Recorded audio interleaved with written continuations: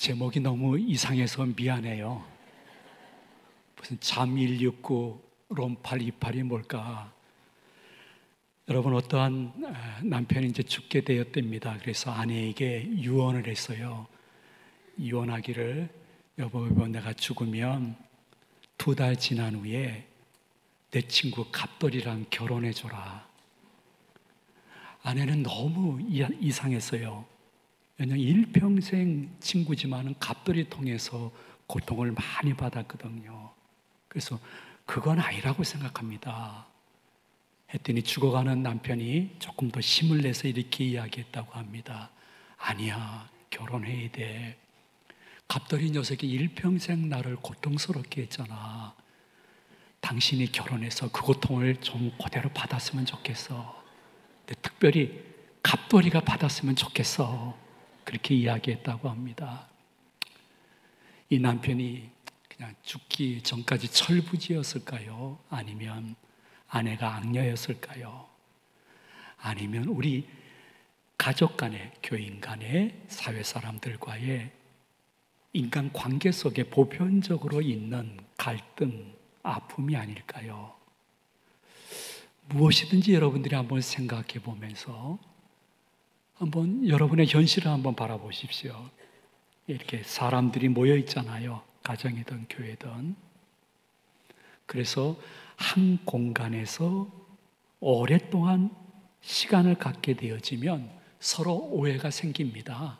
갈등도 생기고 분열과 다툼도 생길 수밖에 없는 것입니다. 특별한 거 아닙니다. 당연한 겁니다. 여러분, 정말 오랜만에 여러분 주무시는 침대 밑을 한번 보세요. 보게 되면 생각보다 엄청 많은 먼지들이 있는 것을 발견하게 됩니다. 그러므로 지금 내가 혹시 사람과의 관계에서 어떠한 아픔과 고통을 당하고 있는지, 혹은 내가 어떠한 일로 말미암아 치명적인 고통을 당하고 있는지 한번 살펴보면서 내 자신이 그러한 상태와 인간관계라면 하나님이 이걸 어떻게 해결하면 좋을까요? 성경에서 그 해답을 한번 찾아보는 것이 좋을 것 같습니다. 이러한 과거의 아픔을 품에 안고 신앙생활하던 다윗이 본문 13절, 14절에서 좀 이젠 너 지난날에 좀 아픔을 잊어버리고 예수님과 천국을 향하여 새롭게 방향을 좀 전환하지 않으련 하고 말씀해 주고 있습니다. 우리 한번 다 같이 13절, 14절을 봉독하도록 합니다.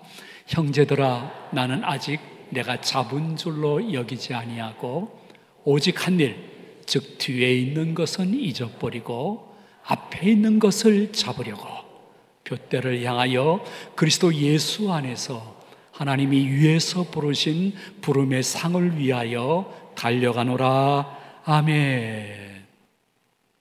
다윗의 인생의 좋은 방법, 자기가 계속 습득해서 하나님의 은혜로 자기 것으로 만든 것은 무엇이냐 하면 할 수 있거든 뒤의 아픔을 잊어버리는 것입니다.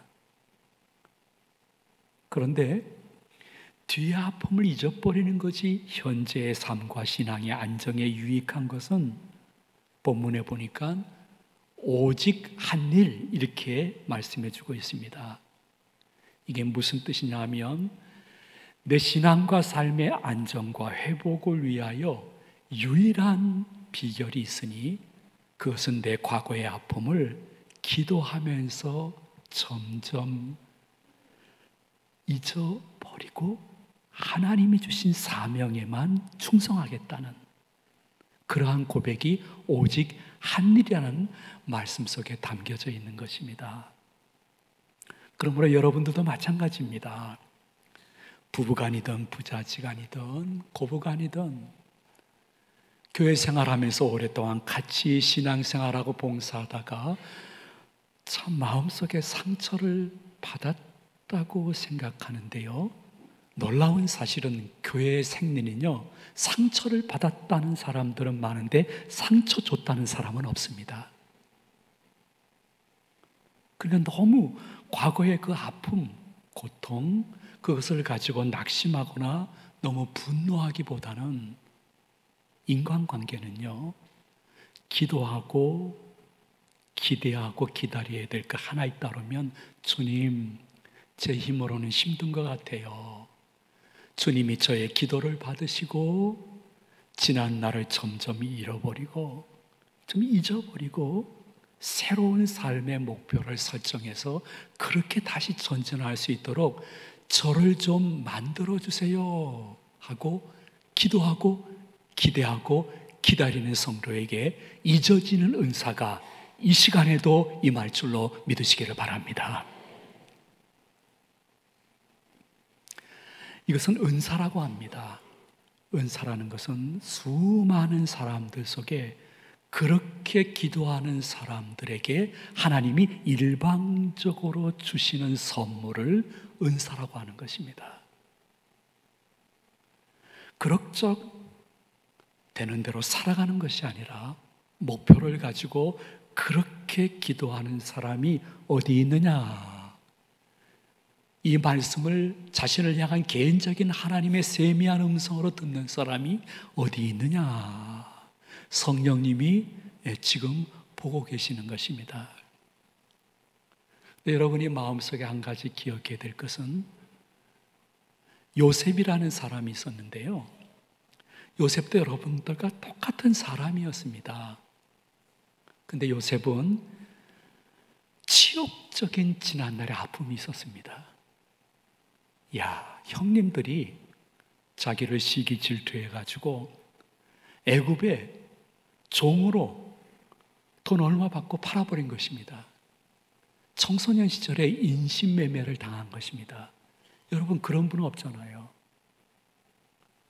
그래서 애굽에서 종살이를 할 때에 너무 준수하게 생긴 요셉이었기 때문에 그런지 주인집 마나님이 이상한 뜻을 품고 이루어지지 않자 요셉을 모함해가지고 감옥에 가게 되었습니다. 기약 없는 삶을 살게 된 것이죠. 만약에 여러분들이 조금이라도 요셉의 처지를 생각해 보면서 대입시킨다 그러면 여러분, 차가운 감옥에서 저녁 때 잘 때마다 아마도 보편적인 사람은 이를 갈았을 것입니다. 나는 살아야 돼. 형님들에게 기피코 복수하고 말 거야. 난 그 순간을 기다리고 있어. 나는 살아야 돼 하면서 과거를 생각하면 피가 막 거꾸로 솟아날 수밖에 없는 상황이었습니다. 근데 시간이 지나고 하나님의 특별한 은혜로 요셉이 애굽의 국무총리가 되었습니다. 그리고 형님들 땅에 큰 기근이 생겨가지고 애굽 땅 국무총리인 막내 동생 요셉의 앞으로 와서 양식을 구걸하는 처지가 되었죠. 그리고 국무총리가 요셉인 것을 알게 되었습니다. 형님들의 눈에는 죽음의 공포가 진하게 깃들어졌습니다. 그때에 요셉이 어떻게 얘기했을까요? 형님들, 저는 이 순간을 기다리고 살아왔습니다. 아니, 살아야 됐습니다. 이 순간 형님에게 복수할 수 있는 기회를 주신 하나님께 감사합니다. 이런 표현을 쓰지 않았습니다. 요셉은 감옥에서 하나님과 1대1로 기대하고 기도하고 기다린 것은 무엇이냐 하면 하나님, 지난날 생각한다고 해서 지금 삶이 새롭게 좋아지는 거 아니잖아요. 잊혀지게 하시고 주님이 주시는 미래를 보고 제가 다시 출발하게 해달라고 기도했던 요셉의 모습이 창세기 45장 5절에 이러한 형님 앞에서의 고백으로 나타나고 있습니다. 우리 다 같이 한번 봉독합니다. 당신들이 나를 이곳에 팔았다고 해서 근심하지 마소서, 한탄하지 마소서. 하나님이 생명을 구원하시려고 나를 당신들보다 먼저 보내셨나이다. 아멘. 무슨 뜻일까요? 지난날에 모든 일들을 점점 있다가 원인 제공자인 형님들을 기도를 통해서 이미 용서했기 때문에 나올 수 있는 고백일 것입니다. 형님들이 저를 이곳에 보낸 거 아닙니다.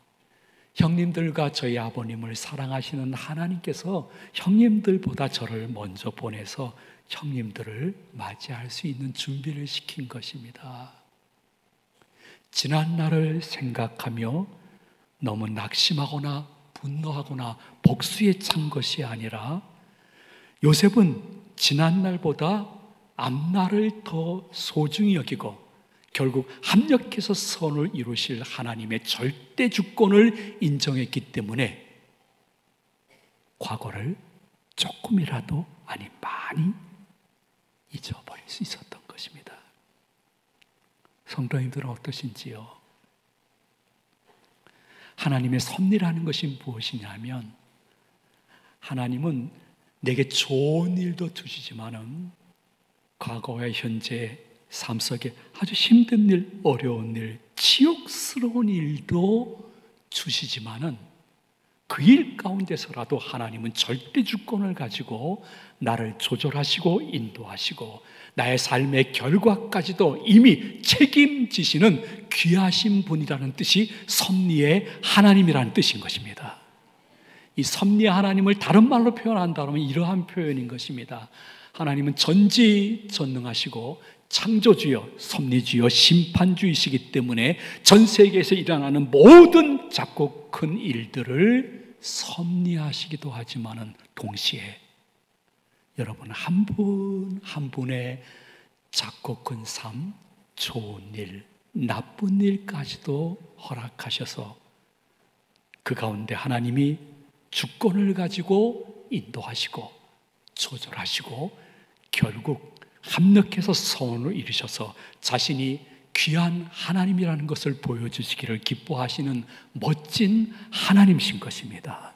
섭리의 하나님을 기억한다고 하면 작은 일에 너무 기뻐하거나 어려운 일에 너무 화낼 필요도 없습니다. 하나님이 지금 진행하고 계시는 것이구나. 이 섭리의 하나님을 인정하기 위한 믿음을 갖기 위해서는 성경에서 신구약에서 2개의 성경 구절을 여러분에게 주시고 있습니다. 첫 번째 성경 구절은 잠언 16장 9절 말씀입니다. 우리 한번 다 같이 봉독하십니다. 사람이 마음으로 자기의 길을 계획할지라도 그의 걸음을 인도하시는 이는 여호와시니라. 아멘.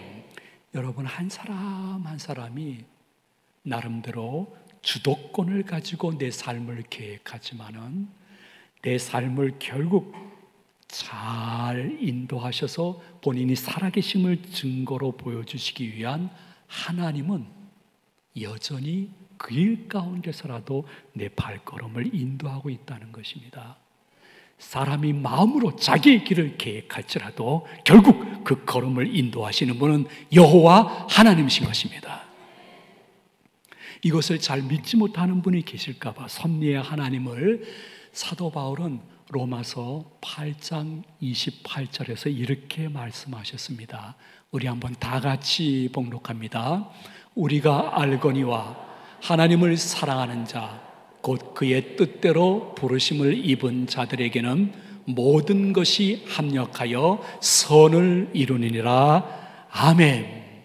여기에는 모든 것 중에는 내 마음에 쏙 드는 현실도 있지만은 너무 싫은 현실도 하나님이 허락하셔서 결국에는 우리의 믿음을 조금 더 성화시킨 후에 합력해서 선을 이루시는 하나밖에 없는 님, 하나님은 섭리의 하나님이신 것입니다. 여러분이 다른 성경 구절은 혹시 암송하지 못한다 할지라도 사람이 마음으로 자기의 길을 계획할지라도 그 걸음을 인도하시는 분은 여호와 하나님이시라는 잠언 16장 9절을 잘 머릿속에 간직하기 위해서는 잠 169 이렇게 기억하면 돼요. 잠 169 이건 방언은 아니에요. 잠언 16장 9절 우리 한번 따라서 해주시면 좋겠습니다. 잠 169 그게 좀 어려우면 이렇게 합시다. 잠 169, 잠언 16장 9절 말씀. 우리가 너무너무 잘 알거니와 하나님을 사랑하는 자, 그 뜻대로 부르심을 입은 사랑하는 모든 자들에게는 합력하여 선을 이루신다. 로마서 8장 28절, 롬 8, 28. 조금 좀 말이 좀 그렇지만은 그래도 한번 따라서 해주면 좋겠습니다. 롬 8, 28. 중위층 청년교인들도 한번 같이 따라해 주면 좋겠어요. 롬 8, 28. 여러분 신비 한번 새기시면 좋겠습니다. 잠 169, 롬 8, 28. 무슨 뜻일까요? 요셉의 고백입니다. 아유, 형님들이 저를 이렇게 힘들게 한 게 아니에요. 하나님이 형님들과 우리 가족을 위해서 저를 먼저 애굽 땅에 보낸 것입니다. 솔로몬의 고백, 우리의 고백 무엇일까요?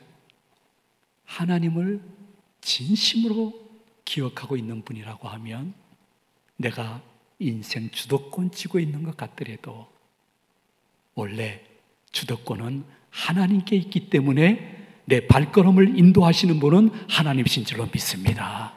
사도 바울의 고백, 롬 8, 28.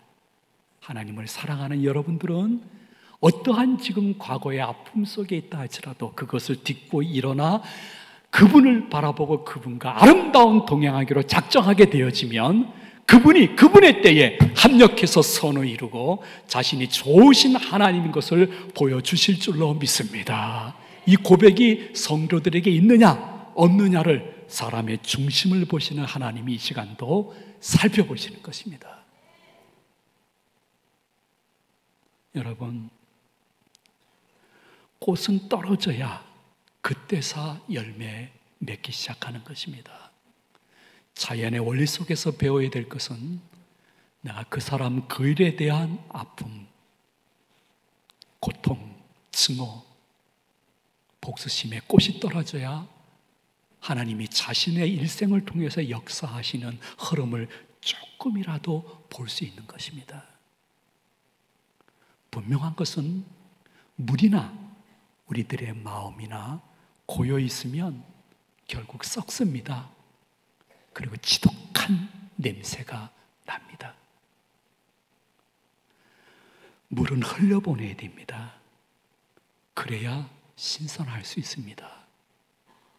내 마음도 그 사람들, 그 일에 대해서 이제는 흘려보내야 될 때가 되었습니다. 잊어버려야 될 때가 됐습니다. 그리고 방향을 전환해야 될 때가 됐는데 아직도 거기에 얽매 있는 것은 결코 성령님의 역사가 아니라 다른 영의 역사라는 것도 한번 영분별의 은사로 살펴볼 줄 알아야 됩니다. 주님께서 여러분에게 오늘 말씀을 들을 수 있는 영적인 길을 주었습니다. 이 말씀 속에서 저 말씀은 내가 붙잡고 내 인생과 삶의 이정표로 삼겠다고 하는 말씀이 꼭 일주일 동안 신비에 남아있기를 주의 이름으로 축복을 드립니다. 그러나 여러분 한번 기억해 보십시오. 우린 사람이기 때문에 하나님처럼 완전히 망각해 버리는 은사를 받을 수는 없습니다. 근데 여러분이 지금 믿고 있는 아버지 하나님은 여러분들이 회개한 죄에 대해서는 완전히 망각해 버리시는 분이십니다. 사람은 몇십 년 동안 수군대면서 뒤에서 나에게 뒷담화하고 있지만은 하나님은 그러한 분이 아니십니다. 심지어 하나님은 이사야 43장 25절에서 이렇게까지 말씀하셨습니다. 우리 한번 다 같이 봉독하십니다. 나는 나를 위하여 내 허물을 도말하는 자니 내 죄를 기억하지 아니하리라. 아멘. 하나님은 우리가 회개한 기도 제목에 대해서 도말하시는 분이라고 했습니다.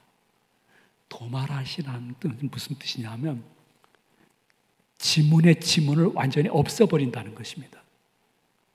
이거 출국할 때 굉장히 어려움 당할 수도 있습니다. 그만큼 회개한 기도 제목에 대해서는 난 더 이상 기억 안 한다. 난 완전히 망각한다.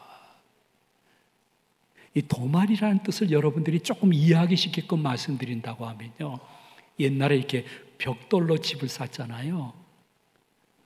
벽돌로 싼 후에 보면 너무 집이 좀 추해 보여서 그 벽돌 곁에 이 진흙으로 혹은 시멘트로 덮어버려서 벽돌이 전혀 보이지 않게 하는 것을 도말이라고 이야기하는 것입니다. 그러므로 여러분들이 하나님을 제대로 믿고 따른다고 하면 때로는 조금 주위 사람들이 볼 때 뻔뻔스러울 수 있습니다. 그럼에도 불구하고 하나님은 여러분이 진정의로 회개하고 회개의 열매를 바치려고 애쓰는 모습을 보시면서 여러분이 회개한 죄는 기억조차 하지 않습니다. 완전 망각해 버리시는 것입니다. 그래서 어느 교회에 너무 상담을 잘 하시는 목사님이 계셨답니다. 그래서 어느 젊은 집사님이 쪽집게처럼 상담을 너무 잘해주시는 목사님께 찾아가 상담 요청을 했는데 상담 내용이 이것이었습니다. 목사님, 제가 사춘기 맞이해서 중2 때 하나님과 부모님과 친구들에게 많은 죄를 지었습니다. 그런데 다 회개하기는 했는데 세월이 너무 흘러가지고 중2 때 진 죄, 제목이 기억이 안 난다는 거예요. 목사님은 쪽집게처럼 잘 아신다고 해서 왔사오니 제가 중2 때 지은 죄를 좀 알려주시면 좋겠습니다. 목사님이 빙그레 웃으시면서 한 말씀 하셨대요. 집사님, 하나님이 그러시는데요, 하나님도 집사님 죄를 기억 못하고 계시대요. 한 개도 기억 못하신대요. 하나님이 그런 분이십니다.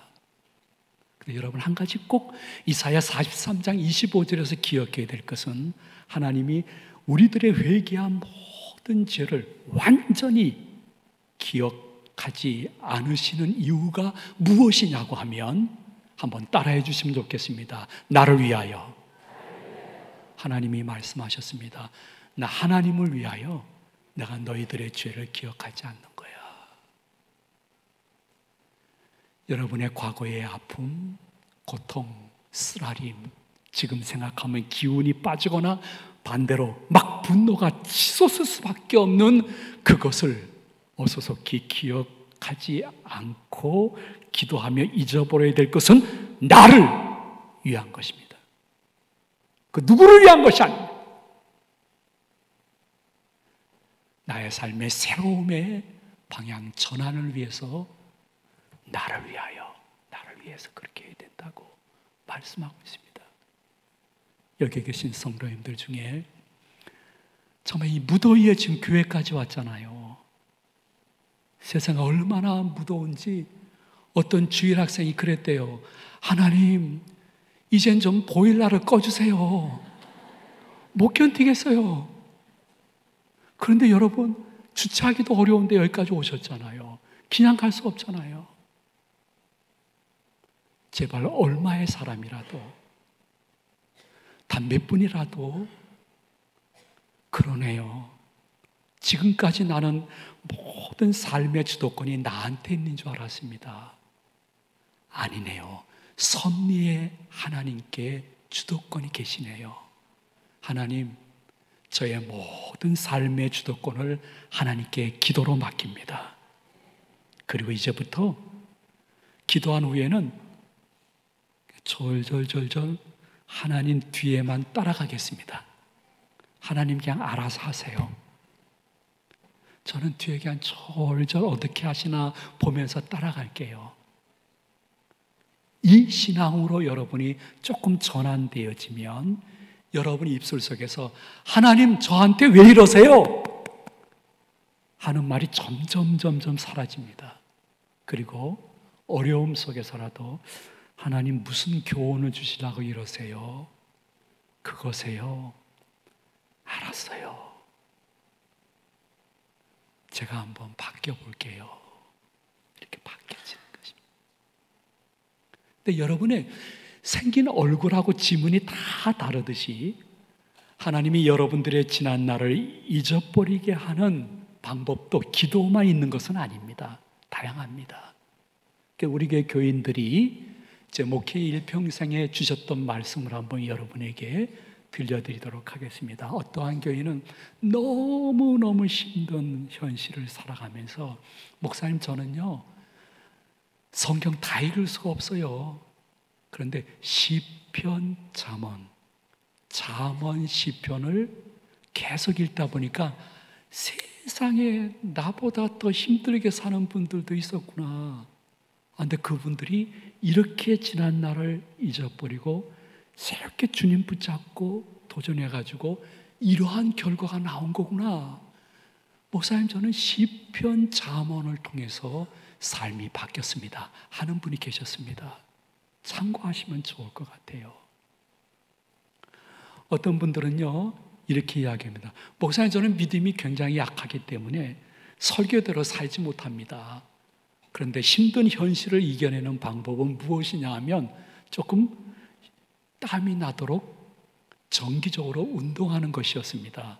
이 운동이 저의 정신세계와 삶을 새롭게 살렸다는 거예요. 이 말이 분명히 맞는 것은요 운동하지 아니하면 혈액하고 림프액이 움직이지 않습니다. 계속 여러분들이 어두운 방에서 텔레비만 보고 있으면 결국은 건강이 더 정신적으로 약화될 수밖에 없는 것입니다.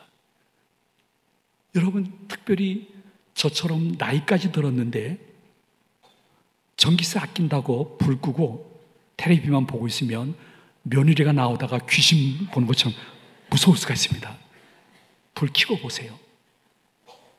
어쨌든 간에 림프액하고 혈액이 움직이는 것은 적당한 운동이 땀이 나도록 했을 때 분명코 내 삶에 신선한 변화가 있어지는 것입니다. 어떤 성도님의 말씀입니다. 저는요 그냥 사람들이 붐비지 않는 카페 오후에 가가지고 조용히 커피 한 잔 마시면서 하나님 모시고 1:1 독대하게 되어지면 많이 회복되어서 다시 살아가는 재미도 느낄 수 있습니다. 어떤 분은 이렇게 말씀했습니다. 목사님 저는요 금요 심야기도 나오는 재미로 신앙생활을 합니다. 그게 뭡니까? 했더니 저는 금요 심야기도회가 그렇게 좋은지 몰랐다는 거예요. 조용히 하나님 존전해서 내 속사정을 다 이야기하고 나고, 여러분 놀라운 사실은 하나님은 내가 모든 것 비밀스러운 것까지 다 얘기해도 그분은 비밀을 잘 지켜주시는 분이에요. 근데 가까운 친구도요 비밀스러운 얘기를 하면 비밀이 지켜줘야 되는데 그걸 이것저것 얘기해가지고 더 나에게 상처를 줘서 교회를 떠나게 하는 사람들도 있다니까요. 금요 심야기도든지 새벽기도든지 아니면 나의 가정의 어느 공간을 하나 잘 만들어서 그분과 1:1로 조용히 기도하며 내 속사정을 이야기할 수 있는 장소라는 것은 여러분의 신앙과 삶을 또 정신세계를 완전히 바꿀 수 있는 좋은 기회인데 선용을 안 하는 것뿐이죠. 저는 필라테스 하는 것도 좋고요. 조용히 아파트 근처, 내 집 근처를 정기적으로 걸으면서 주님과 아름다운 동행하는 것도 좋습니다. 하나님 어떠한 한 방법에 얽매이시는 분이 아닙니다. 만일 여러분들이 그 무엇이든지 그곳이든지 가게 되면 좋고 시간 가는 줄 모르고 또 하고 싶거나 또 가보고 싶은 곳이 있다면 거기가 여러분들의 새로운 삶에 희망을 줄 수 있는 장소라는 것을 잊지 마시기 바랍니다. 그것이 어디든지 스쳐 지나가지 마시고 한 번쯤 들어보세요. 그거를 하든지 그곳에 가게 되어지면 너무 좋아요. 시간 가는 줄 몰라요. 또 가고 싶고 또 하고 싶어요. 어쩌면 기도 외에 하나님이 나에게 주시는 회복의 좋은 기회가 아닌가 생각하면서, 하나님, 저는 이러한 방법으로 주님과 교제하면서 새롭게 되었어요. 점점 지난날의 아픔을 잊어버리고 제 얼굴 표정이 바뀌었어요. 제 언어가 바뀌었어요. 제 삶이 바뀌었어요. 고백해 볼 수 있는 성도들이 이 가운데 더 많아지시기를 주의 이름으로 축원해 드립니다. 말씀을 마치면서 한 말씀 올리도록 하겠습니다. 근데 목사님, 저는요 지난날 아픔을 기억하기 싫어서 기도하면 기도할수록 더 생각이 나요. 그게 더 미치겠어요. 하시는 분이 분명히 있을 것입니다. 한 가지만 여러분에게 말씀 올릴게요. 인생의 모든 것은 10대 90의 원리입니다. 이 10이라는 것은요 10%를 의미하는 것인데, 내게 원치 않는 일이 일어날 수 있는 확률은 한 10% 있어요. 불가항력적인 거예요. 근데 이 10%가 나한테 왔을 때 내가 이 10%에 어떻게 반응하느냐는 90%의 결과를 좌우한다는 것입니다.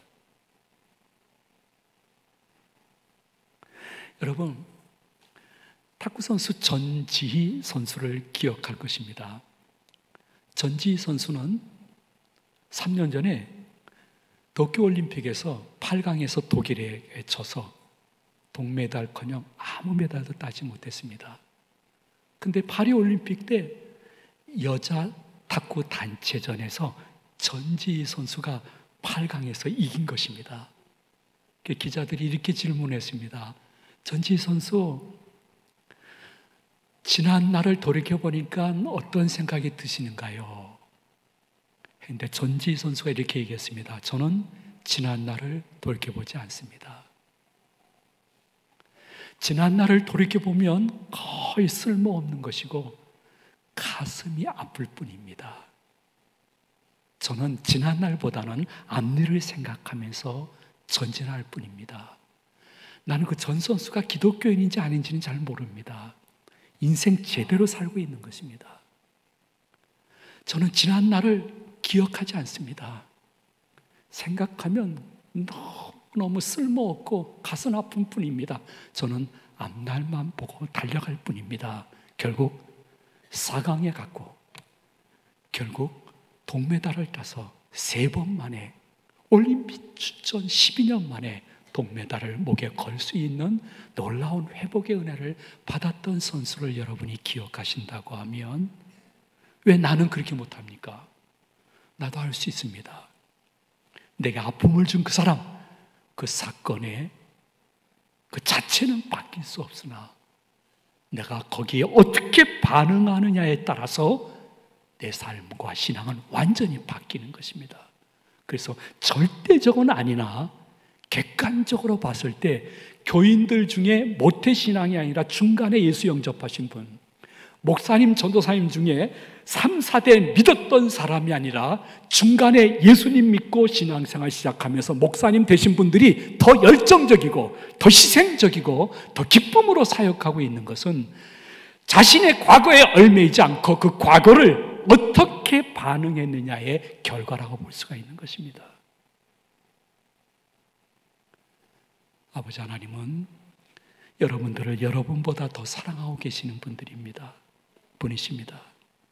그분 앞에서 참 169, 롬 8, 28 한 주간 기억하시면서 주님만큼은 아니더라도 이젠 나를 위하여 잊혀지는 은사가 잘 적용되게 하시고, 주님이 주도권을 가시고 주님 뜻대로 하세요. 저 뒤에서 절저 쫓아가면서 주님이 어떻게 하는가 한번 지켜볼게요 하다가 내 삶이 역전되어지고, 가만히 이 하나님만 바라보더라도 그분이 다 역사하셨구나 고백할 수 있는 삶이 여러분의 삶이 되어지기를 이 말씀을 준비해 주신 예수님의 이름으로 축원을 드립니다. 축복합니다.